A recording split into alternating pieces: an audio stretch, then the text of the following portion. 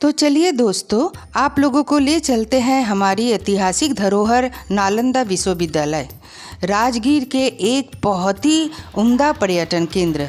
और ये है एंट्रेंस। हम लोग यहीं से घुसेंगे। घुसते ही आप लोगों के सामने ये मैप आ जाएगा। आपको पता चलेगा कि नालंदा का अंदर कहाँ क्या है।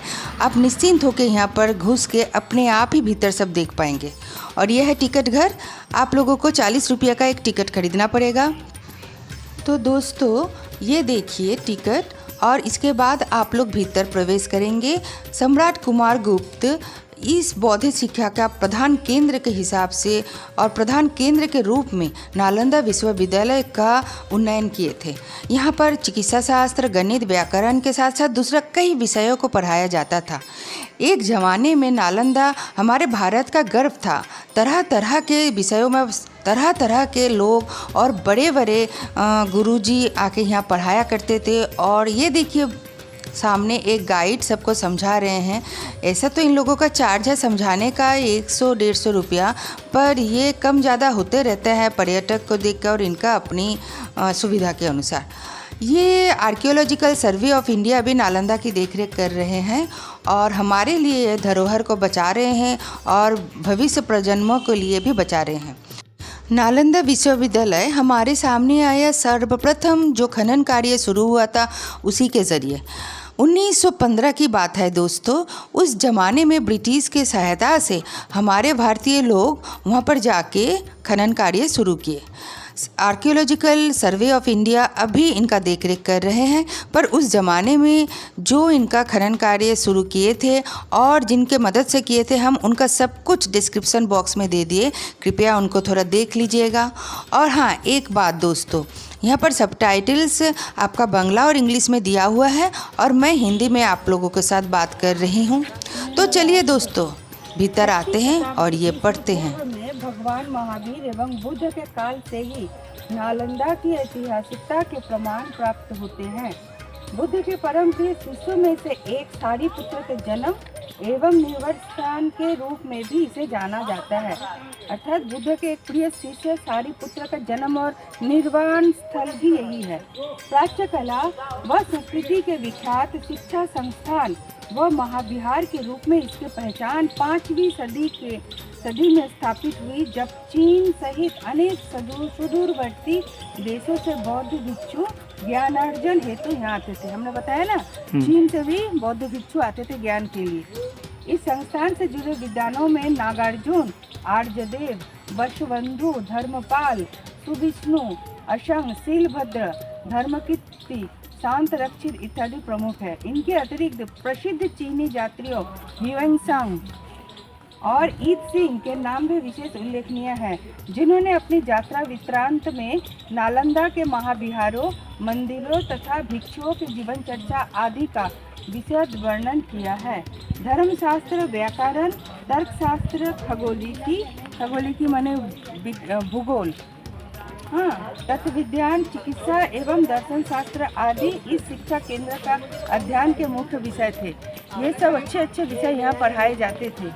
अभिलेखीय प्रमाणों के अनुसार समकालीन शासकों द्वारा दान किए गए अनेकों ग्रामों में राजस्व से इन महाविद्यालय का व्यय वहन किया जाता था। प्राचीन युग में एक महान विश्वविद्यालय के रूप में प्रतिष्ठित नालंदा महाविहार की स्थापना गुप्त सम्राट कुमार गुप्त प्रथम 413 से 455 ईस्वी में किया था। मतलब नालंदा महाविहार की स्थापना किया था कुमार गुप्त महाराज जी ने, सम्राट कुमार गुप्त ने। कनौज के नरेश हर्षवर्धन व पूर्वी भारत के पाल शासकों के समय से भी महावीरों को राज प्रशय अनवरत प्राप्त होता रहा। यद्यपि इस महान शिक्षा संस्थान का क्रमिक ह्रास परवर्ती पाल शासकों के समय से ही हो चुका था। भारतीय पुरातत्व सर्वेक्षण द्वारा कराए गए उत्खनन से यहाँ ईंट निर्मित 6 मंदिरों एवं 11 विहारों की सुनियोजित श्रृंखला अनावृत हुई, जिसका विस्तार 1 वर्ग किलोमीटर से भी अधिक है। लगभग 30 मीटर चौड़े उत्तर दक्षिण पथ के पश्चिम में मंदिरों की व पूर्व में विहारों की श्रृंखला है। आकार व विन्यास में सभी विहार लगभग एक जैसे हैं। सर्वाधिक महत्वपूर्ण संरचना दक्षिणी छोर पर स्थित मंदिरों की संख्या 3 है, जिसमें निर्माण के 7 चरण हैं। इसके निकट छोटे आकार के मनौती स्तूपों का भी एक विशाल समूह है। महाविहारों व मंदिरों के भग्नावशेषों के साथ साथ प्रस्तर, कांस्य एवं स्टको के निर्मित अनेक मूर्तियां तथा कलाकृतियां उत्खनन से प्राप्त हुई है। उधर जो है ना, उधर म्यूजियम में ये सब रखा हुआ है। कुमार गुप्त ने किया था। कनौज का नरेश, हर्षवर्धन और पाल शासक उस समय यहाँ पर इसको बहुत सारा दान देते थे। तो चलिए हम लोग घुस रहे हैं नालंदा के भीतर। मूल फाटक के चारों ओर देखिए उस जमाने के ही ईंटा का दीवार दिख रहा है और ये सब उसी ज़माने से उसी तरह खड़ा हुआ है। और देखिए भीतर अभी भी यहाँ का चारों तरफ इसको रिपेयरिंग भी किया जा रहा है। ये है एक श्रीलंकन ग्रुप, वो लोग वहाँ से आए हैं, उनके गुरु उनके साथ आए हैं और सिंहली भाषा में उनको समझा रहे हैं बौद्ध धर्म के इस विशेष धरोहर के बारे में। आप लोग जानते हैं ना, श्रीलंका में बौद्ध धर्म का बोलबाला है और वो वहाँ पर प्रचार के लिए हमारे भारत से ही लोग गए थे। सम्राट अशोक अपने बेटा एवं बेटी को वहीं भेजे थे। ये देखिए, ये उन लोगों का गुरु है, इस सिंहली ग्रुप का गुरु है। सुने हैं कि जाड़े के मौसम में यहाँ पर देश विदेश, थाईलैंड और इंग्लैंड या और विदेश से भी कई तरह के पर्यटक आते हैं और यहाँ घूमते रहते हैं। देखिए हम लोग प्रवेश कर रहे हैं उस ज़माने में। लग नहीं रहा है दोस्तों कि इतिहास में हम लोग पीछे जा रहे हैं टाइम मशीन के लेकर। देखिए ये है भीतरी इलाका नालंदा का। एक तरफ लंबा लंबा जितना देख रहे हैं ना आप लोग दीवार, ये सब है उस ज़माने में हॉस्टल, अर्थात यहाँ पर हॉस्टल हुआ करता था। और वो दूर में जो स्तूप देख रहे हैं ना, वो है गौतम बुद्ध का सबसे प्रिय शिष्य सारिपुत्र का आपका क्या बोले स्मारक। सारिपुत्र का स्मारक कहा जाता है कि इसी जगह उनका जन्म भी हुआ था और वो इसी जगह अपना निर्वाण प्राप्त भी हुए थे। और ये जो देख रहे हैं ना दोस्तों, ये है हॉस्टल। और घुसते ही आपको इस तरह का एक साइड प्लान दिखेगा। यहाँ पर आपको हर तरह का, कहाँ मंदिर होता था, कहाँ हॉस्टल हुआ करता था और कहाँ पढ़ाई हुआ करता था, कहाँ मोनेस्ट्री हुआ करता था, सब दिखेगा। इसको आप लोग देखकर इसके साथ साथ इसके निर्देश अनुसार घूमते रहिए तो आपको इस तरह का फलक में बिहार संख्या 1, बिहार संख्या 2 इस तरह का फलक को पढ़ते जाइएगा ना, तो आप लोग धीरे धीरे नालंदा के बारे में और जान पाइएगा। क्या सोच था, क्या वैज्ञानिक तकनीक था, सोचिए दोस्तों।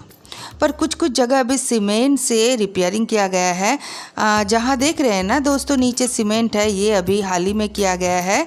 हाँ, इस जगह को ये देखिए लिंटन जैसा है ना, ये सीमेंट से इसको थोड़ा सेव दिया गया है, बचाया गया है, नहीं तो गिर जाता। नीचे ड्रेन जो है ये भी बाद में बनाया गया है। अर्थात जितना सीमेंट का काम है ना, ये बाद में किया गया है। और बाकी जो है उस ज़माने का अजीब अद्भुत इंजीनियरिंग तकनीक के माध्यम से ये दीवारें खड़ी है। जरा कान लगा के सुनिए दोस्तों, आपको सुनाई देगा। उस ज़माने में बौद्ध शिक्षा का मंत्रोच्चारण गुरुजी पढ़ा रहे हैं अपने शिष्यों को। देश विदेश से लोग आ रहे हैं नालंदा में पढ़ने के लिए, जो हमारे लिए गर्व का विषय है। पूरे विश्व में सबसे ज़्यादा, सबसे अच्छा और सबसे उम्दा पढ़ाई होता था इसी नालंदा में। जैसा कि आपको बताएं ना, ये देखिए सीमेंट वाला जो कारीगरी है ना, ये बाद में किया गया है। ऐसा अच्छा और उम्दा उन्नत विश्वविद्यालय का नष्ट कैसे हुआ मालूम है? बख्तियार खिलजी के जलन से। बख्तियार खिलजी एक अजीब किस्म की बीमारी का शिकार थे। एक बार वो आए और वो सुने थे कि यहाँ पर हर बीमारी का दवा मिलता है, हर बीमारी का चिकित्सा होता है। तो वो आके यहाँ के गुरुजी को चैलेंज किए कि मैं बिना दवाई खाए मुझे ठीक कर दीजिए।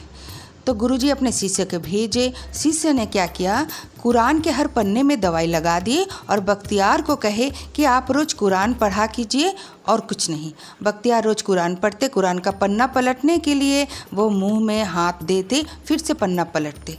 और जानते हैं ऐसे करते करते दवा उनके पेट में गया और वो बिल्कुल ठीक हो गए। और यहाँ से शुरू हुआ जलन। वो सोचे इस्लाम धर्म से तो बौद्ध धर्म सचमुच बहुत ज़्यादा उन्नत हो गया है, इसे नष्ट करना है। शुरू हुआ उनकी तबाही और इतना विश्वविद्यालय उनके जलन के स्वीकार से धीरे धीरे पूरा जल गए, नष्ट हो गए। लाखों कीमती किताबें जल गई। सुना है कि 6 महीने तक जलती रही ये नालंदा। तो आइए अब आप लोग को ले चलेंगे पावापुरी। बने रहिए हमारे साथ।